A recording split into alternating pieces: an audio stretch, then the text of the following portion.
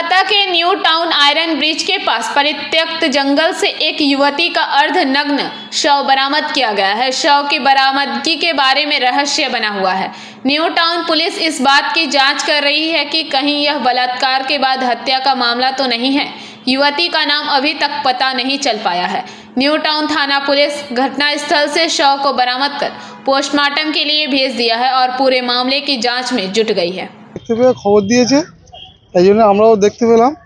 এখানে সবসময় থানার পুলিশ টহল দেয়, সব দুবেলা এবং 10 মিনিট 15 মিনিট অন্তর অন্তর থানা পুলিশ, তারপর ট্রাফিক পুলিশ প্রত্যেকেই এখানে টহল দেয়। গাড়ি পার্কিংয়ের ব্যবস্থা থাকে তো, ওই জন্য সবাই টহল দেয়। তার মাঝখানে কখন ঘটনাটা ঘটে গেছে হয়তো অনেক রাত্রে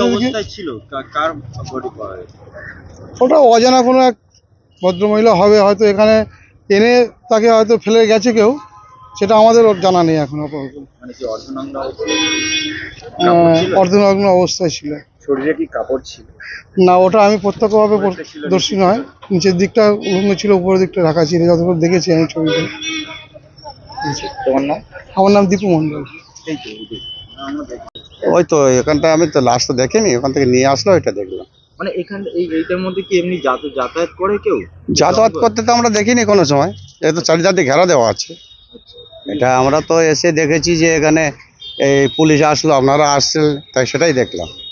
তাছাড়া তো আমরা কিছু দেখি না। এখান থেকে চার দোকান ফোকান সবই লোক সবসময় থাকে।